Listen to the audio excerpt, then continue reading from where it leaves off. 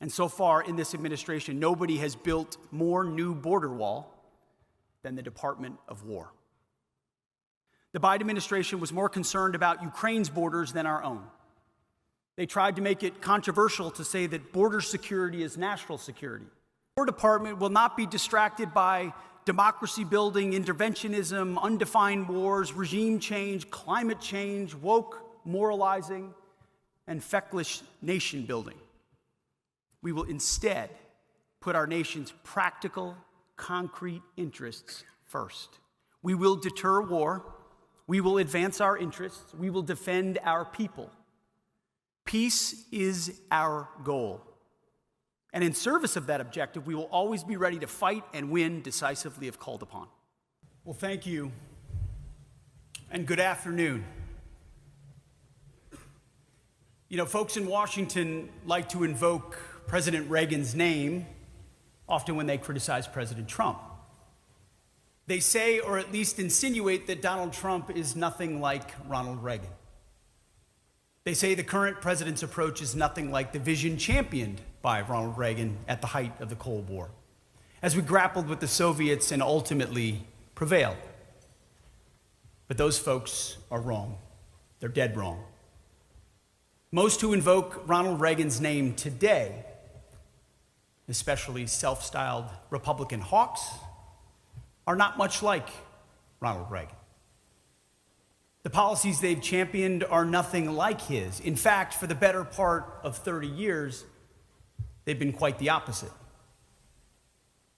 If you look at actual policies, Donald Trump is the true and rightful heir of Ronald Reagan. It's President Trump who has inherited and restored President Reagan's powerful but focused and realistic approach to national defense. It's therefore only fitting that we gather at the Reagan Presidential Library today to talk about President Trump's America First, Peace Through Strength, Common Sense agenda and what it means at the Department of War. One need only look at the results to understand why President Trump is that rightful heir. So let's look at what Reagan and his administration actually did. Reagan rebuilt the military after Vietnam, and that is rightfully considered one of his greatest achievements. President Trump has done and is doing the same, making historic investments in defense. But President Reagan also believed sincerely in the peace part of peace through strength, as his actions showed. It was not a popular thing to do at the time, at the height of the Cold War, to talk to communists. Yet President Reagan did.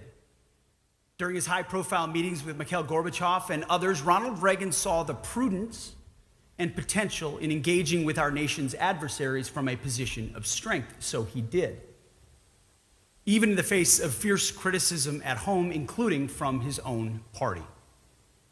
Now, President Reagan wasn't naive. He recognized that fruitful engagements with our adversaries were only possible from a position of strength, especially military strength, which is why he focused so much on building up the American military. We still talk about the Reagan buildup, and my kids and yours will someday talk about the Trump buildup. President Reagan and his team inherited a military worn down from their generation's endless war in Vietnam, and they took the lessons of that war to heart. This is why he was so deliberate in how he used the joint force. Indeed, the most famous military doctrine of the Reagan administration, named for his Secretary of Defense, Caspar Weinberger, was specifically designed to correct for the failures that led to Vietnam. Among other key principles, the Weinberger doctrine stipulated: 1, the United States should not commit forces to combat unless the vital national interests of the United States or its allies are involved. 2, U.S. troops should only be committed wholeheartedly and with the clear intention of winning. Otherwise, troops should not be committed. 3rd, U.S. combat troops should be committed only with clearly defined political and military objectives and with the capacity to accomplish those objectives. And 4th, the commitment of U.S. troops should be considered only as a last resort. This is sound stuff. And it was reflected in how President Reagan actually used the American military, namely in a focused, decisive manner, and only when he determined that it was in our nation's vital interest to do so. In fact, throughout his time in office, President Reagan only committed U.S. ground forces twice, in Grenada and in Lebanon. Otherwise, he focused the joint force on the Cold War-era threat and priority theater, Soviets in Europe. That's how President Reagan achieved peace through strength, always with a clear eye toward lasting peace. Suffice it to say, Ronald Reagan's disciplined, focused, and realistic approach was a far cry from the grandiose, nation-building, moralistic, and rudderless wars that many of his self-described acolytes led us into in the decades after Reagan left office. Wars my generation fought in. Indeed, it's only under President Trump's leadership during his first term and now that we've been able to restore America's greatness after years of suffering under the so-called bipartisan consensus, which is really just a euphemism for disastrous foreign policy. Out with utopian idealism, in with hard-nosed realism. To be specific, Ronald Reagan taught us the value of focused, powerful leadership, but his so-called disciples didn't heed that lesson. Since the end of the Cold War, a generation of self-proclaimed neo-Reaganites have touted Reagan's name, but didn't govern like him. All the bluster, none of the clarity. That's especially true in the military realm. This generation of self-proclaimed neo-Reaganites abandoned Reagan's actual wise policies in favor of unchecked neoconservatism and economic globalism. In economics, they dismantled our industrial base, shipping it overseas. At the same time, in diplomacy and defense, they swore off the clear-eyed, flexible realism of Reagan, Nixon, and Eisenhower. Instead, they set about trying to make America the policeman, the protector, the arbiter of the whole world. Democracy for all, they say, even in the Pesh River Valley. Even when people don't want it, can't do it. They turned American allies into dependents, all but encouraging these nations across Europe and around the world to free ride while we subsidize their defense with U.S. taxpayer dollars. These self-described neo-Reaganites sought global military hegemony under the auspices of peace through strength. Instead, we got rudderless wars in the Middle East, land war in Europe, and the economic rise of China. After presiding over such a poor performance, it's remarkable that these people still think they're qualified to speak in public, let alone moralize to the rest of us. Some of them have even been awarded for it on this very stage. But President Trump knows better. He knows what it means to restore peace through strength on an enduring basis, to put our nation's interests first and the American people first in a way that is practical, applicable, and common sense, that leaves, importantly, America better, but also leaves our allies better off. It's the vision that he ran on and led on in his first term, and he's building on it now in his second.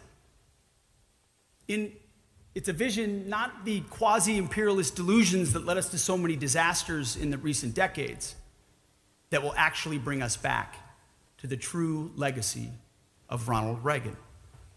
Out with utopian idealism, in with hard-nosed realism.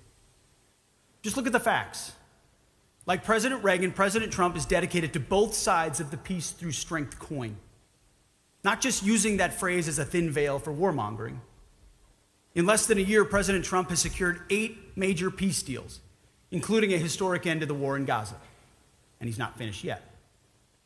Even as we speak, under the president's leadership, we are working tirelessly to end the tragic war in Ukraine, a war that never would have started in the first place if he had been president. The world sees an entirely different America today. These historic opportunities for peace are not happening by chance. It's President Trump's vision and determination. Like President Reagan, President Trump is willing to talk to rivals, from Mikhail Gorbachev to Deng Xiaoping in the 1980s to Vladimir Putin and Xi Jinping today. This is born of strength, not weakness. It is born of clarity of purpose. Folks in Washington like to criticize President Trump for doing so, but those critics forget that this is exactly what Ronald Reagan did. And America was better off for it. Like President Reagan, President Trump also knows how important it is to negotiate from a position of strength, especially military strength. And at the newly renamed Department of War, thanks to President Trump's leadership and to Congress, we received a historic boost in funding last year and believe that is only just the beginning. Make no mistake about it, President Trump is hell-bent on maintaining and accelerating the most powerful military the world has ever seen. The most powerful, the most lethal, and American-made. The arsenal of freedom. We're also restoring the warrior ethos back to basics: readiness, accountability, standards, discipline, lethality.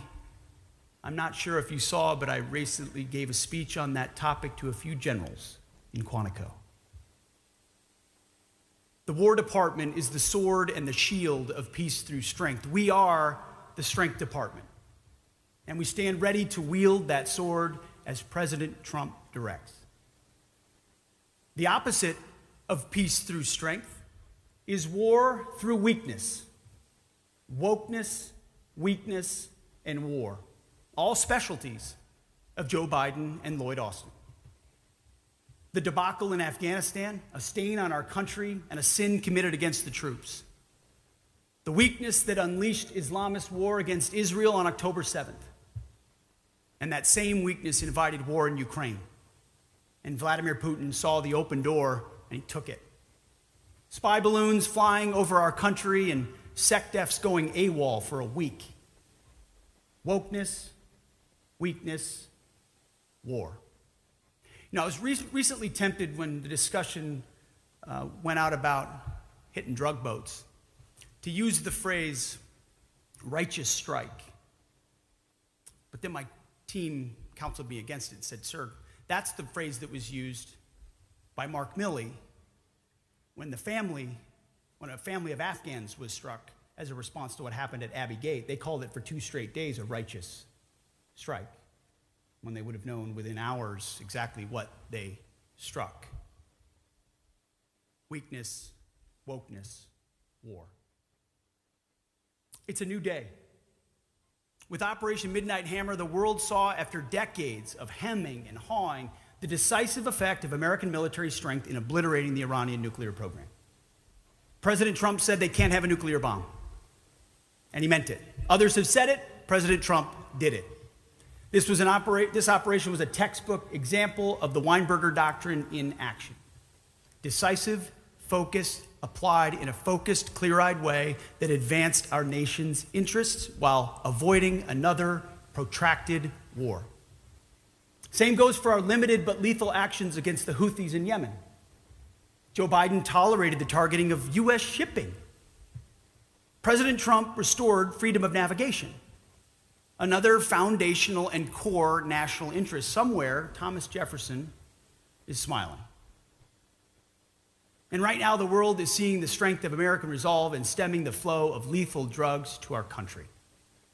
Here, again, we've been focused, and here we've been clear. If you're working for a designated terrorist organization and you bring drugs to this country in a boat, we will find you and we will sink you.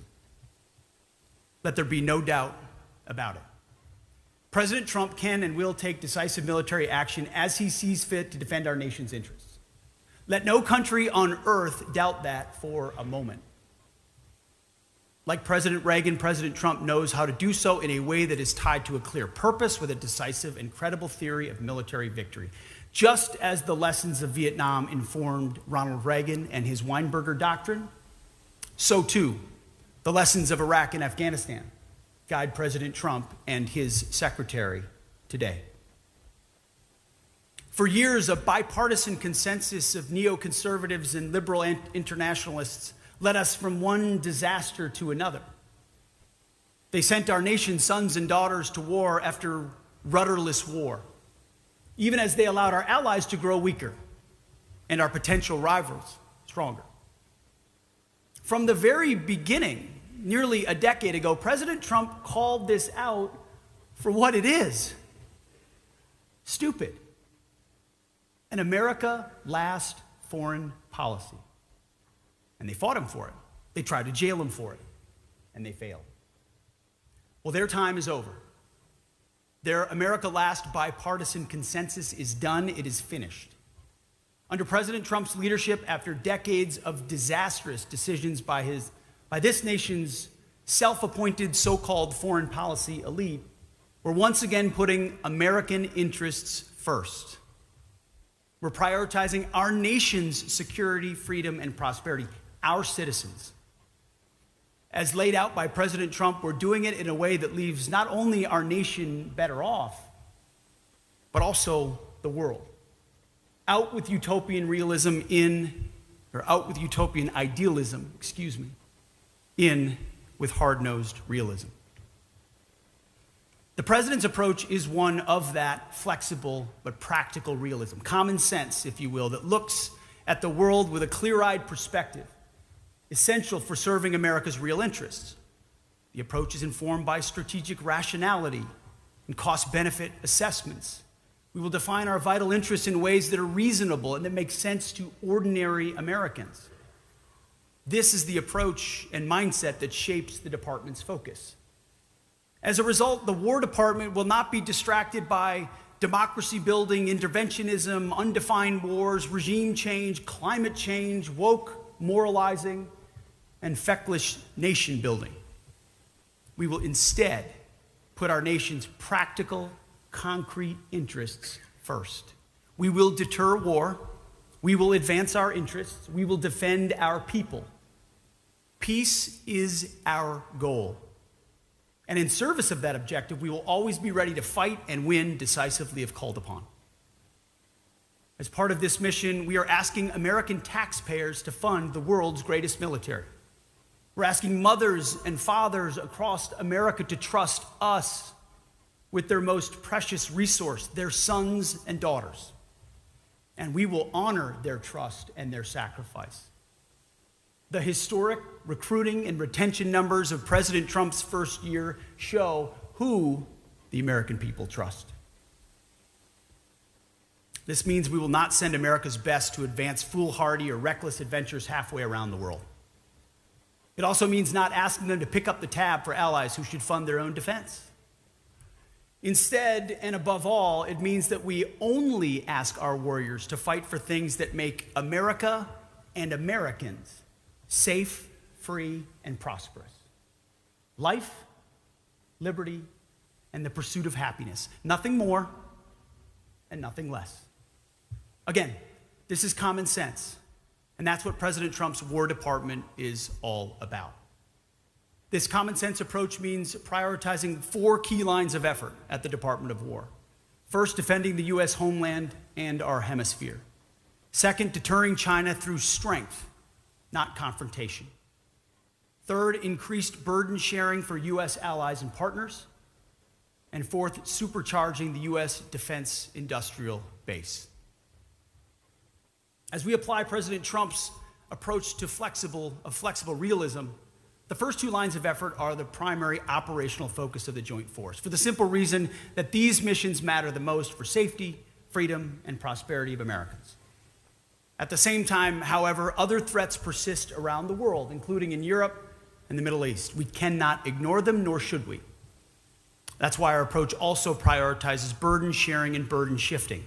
Indeed, for the first time since Reagan's era, allied and partner burden sharing is no longer an afterthought or a nice to have. Today is a core element of our national defense. And finally, the 4th line of effort, maybe the most important, supercharging America's defense industrial base, underwrites everything else. Last month, I gave another speech in Washington, this time to defense industry leaders, to announce a department-wide, not reform, a transformation of requirements, acquisitions, and foreign military sales. Our objective is simple if monumental. Transform the entire acquisition system to rapidly accelerate the fielding of capabilities and focus on results. The bottom line is a historic, generational, and transformational changes that we will implement and will move us from the current prime contractor-dominated system, defined by limited competition, vendor lock, cost-plus contracts, stressed budgets, and frustrating protests, to a future powered by dynamic vendor space that accelerates production by combining investment at a commercial pace with the uniquely American ability to scale and scale quickly, all at the speed of urgency. That speech stands on its own. So I'll spend the balance of my time here talking about the other three lines of effort, the first of which are defending the U.S. homeland and hemisphere. The Biden administration was more concerned about Ukraine's borders than our own. They tried to make it controversial to say that border security is national security, but that is, of course, absurd. Border security is national security, and we are prioritizing it accordingly. Since January 20th, at the direction of President Trump, the Department of War has made it a top priority to defend our nation's borders, to get 100% operational control of that border. We did so by surging forces, where our troops partner with DHS and CBP to seal the border. Under Joe Biden, tens of millions of illegals, and we have no idea where the hell they came from or where the hell they are, flowed across our border, not to mention lethal narcotics responsible for the death of hundreds of thousands of Americans. Today, the number of illegals crossing into our country is 0. We are saving lives and communities, and we are keeping it that way. We're also proud to support our law enforcement partners as they conduct mass deportations of dangerous illegals who have no business being in our country. We'll secure the border in part by organizing, training, and equipping units specifically for border defense missions, including operations in the land, maritime, and air domains, alongside our interagency partners. We're also leaning on our Mexican counterparts to do more. They have made progress and will need to see more, and quickly. And so far in this administration, nobody has built more new border wall than the Department of War. But our borders shouldn't be the first line of defense for the American homeland. They should be the last line of defense. And that's why we're prioritizing our fight against cartels throughout the Western Hemisphere. You can just look at the news. Not all of the news. The days in which these narco-terrorists, designated terror organizations, operate freely in our hemisphere are over. These narco-terrorists are the Al-Qaeda of our hemisphere, and we are hunting them with the same sophistication and precision that we hunted Al-Qaeda. We are tracking them, we are killing them, and we will keep killing them so long as they are poisoning our people with narcotics so lethal that they're tantamount to chemical weapons. And we're not doing this on our own. Throughout our hemisphere, our allies and partners recognize that these narco-terrorists threaten them as well. So we're working together, sometimes overtly, sometimes not, and we'll keep doing so for the sake of a safer, secure, and more stable hemisphere for all of us. But make no mistake, where a country cannot or will not do its part, then we at the Department of War will always be ready to take decisive action. In this hemisphere, in our hemisphere, there is no safe haven for narco-terrorists. Securing the border does not mean we're losing sight of other critical homeland defense missions. On the contrary, we're doubling down. One of the first executive orders signed by President Trump was for the creation of Golden Dome for America, a revolutionary approach to defend our nation from advanced aerial threats. And we're accelerating efforts on that right now. And Golden Dome will produce tangible protection for this country inside the time frame of this administration and beyond. President Reagan promised SDI, Strategic Defense Initiative. President Trump's doing the same thing. Now the tech is caught up, and we can actually build a Golden Dome for America, a game changer. At the same time, we're also rapidly strengthening our nation's ability to deter and defend against cyber attacks on Department of War and dual-use targets. including through the most comprehensive overhaul of U.S. cyber command since it was started 15 years ago. Nor have we lost sight of the threat of global jihadism. As with narco-terrorists, working alongside our partners in the IC and other agencies, as well as partners abroad, we will continue to hunt and kill Islamist terrorists with the intent and ability to strike our homeland. All of this, of course, rests upon the power of our nation's nuclear deterrent, which is the foundation of our nation's defense. Nothing else matters if we don't get this right, and so we will. As President Trump has said, we will modernize our nation's nuclear triad.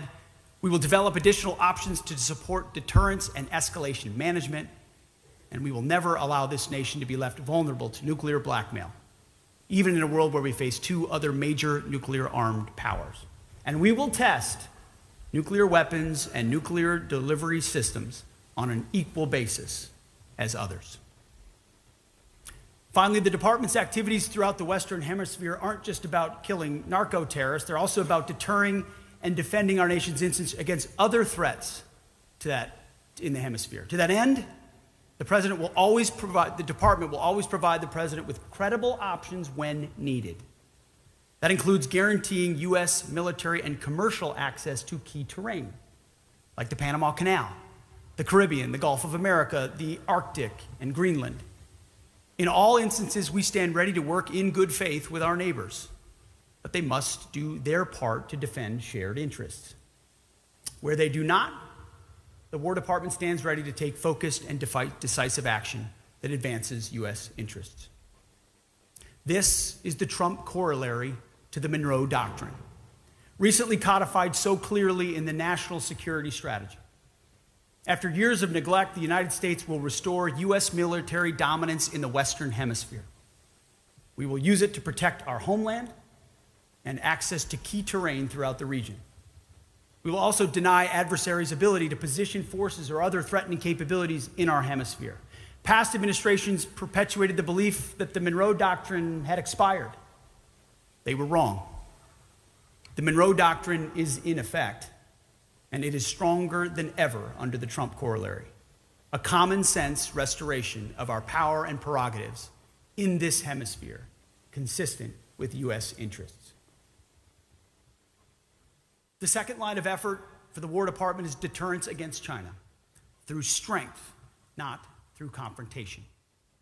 Under President Trump's leadership, relations between the United States and China are better and stronger than they've been in many years.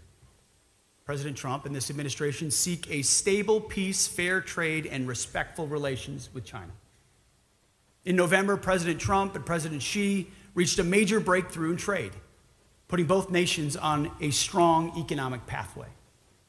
Reciprocal state visits in 2026 provide the opportunity for even more progress.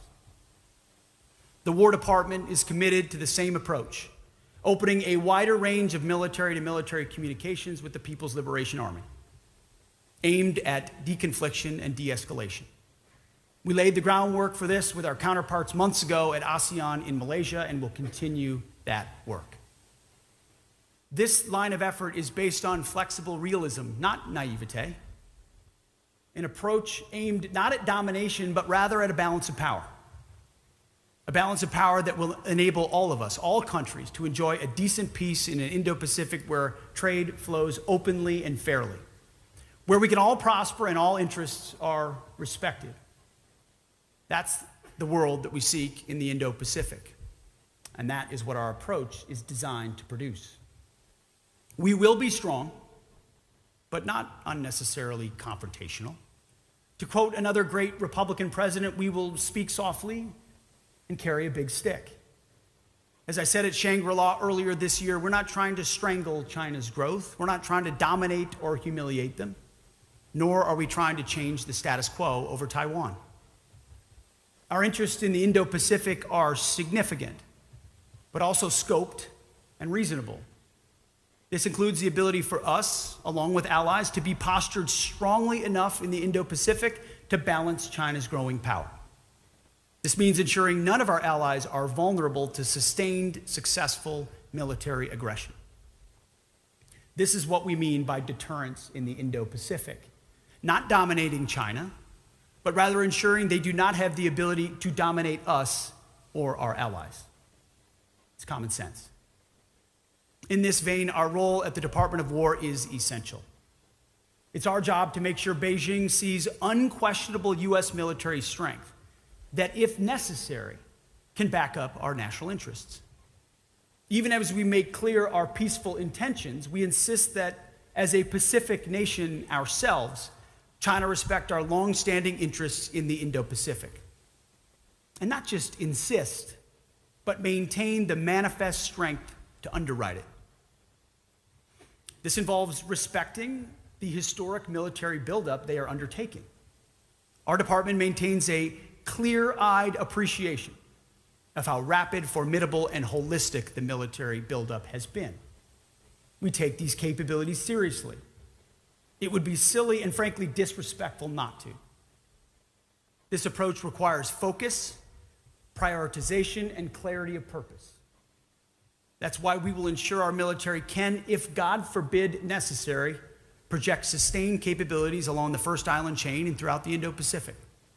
That means being so strong that aggression is not even considered, and that peace is preferred and preserved. This is deterrence by denial. It is our job to ensure that President Trump is always able to negotiate from a position of strength in order to sustain peace in the Indo-Pacific. This is not a pivot for tomorrow. It is a reality for today. And finally, our third line of effort is increasing burden sharing with U.S. allies around the world. Here again, many self-ascribed neo-Reaganites seem to have lost the plot. According to them, only the United States has the ability to provide for defense and deterrence in Europe, the Middle East, and the Indo-Pacific. According to them, if the United States doesn't do it, nobody will. In fact, according to some, America is actually better off subsidizing these allies' defenses, even if they're perfectly capable of doing more for themselves and our collective defense. That is, of course, patently ridiculous, not to mention insulting to our allies. It's actually vitally important for America's allies and partners to step up and do their part for our collective defense. This isn't just a matter of doing right by Americans who are rightfully frustrated by years of allied free-riding. This is pragmatic. As we rightly prioritize our homeland hemisphere and the Indo-Pacific, threats persist in other regions, and our allies need to step up. And step up for real. Our allies in Europe face Russia. Iran has been set back by the president and Israel's actions, but remains a threat in the Middle East. And, of course, North Korea looms on the Korean peninsula.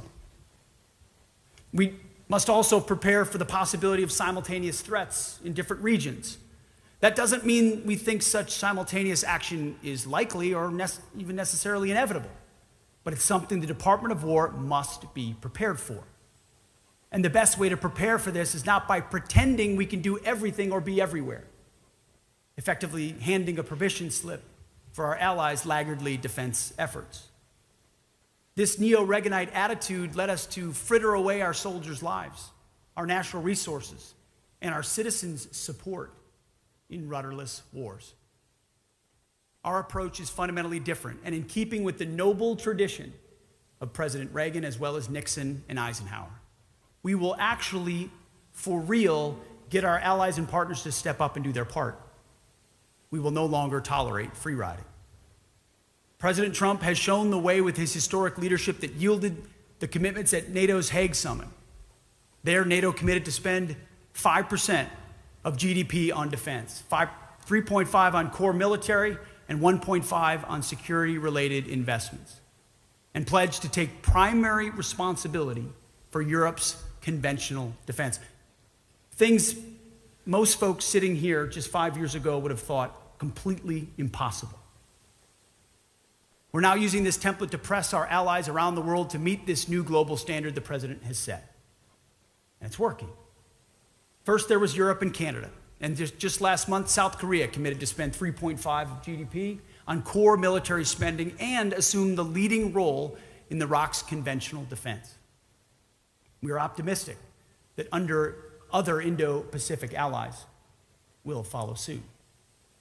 In a few years, thanks to President Trump's visionary leadership, we will have our allies, which include some of the wealthiest and most productive countries in the world, once again fielding combat-credible militaries and boasting revived defense industrial industries. This will form a powerful, shared defensive shield, with well-armed allies around the world ready to defend themselves, their interests, and our collective interests. Real partnerships and alliances based on hard power, not just flags and fancy conferences based on theories and hot rhetoric. Our allies are not children. They're nations capable of doing far more for themselves than they have.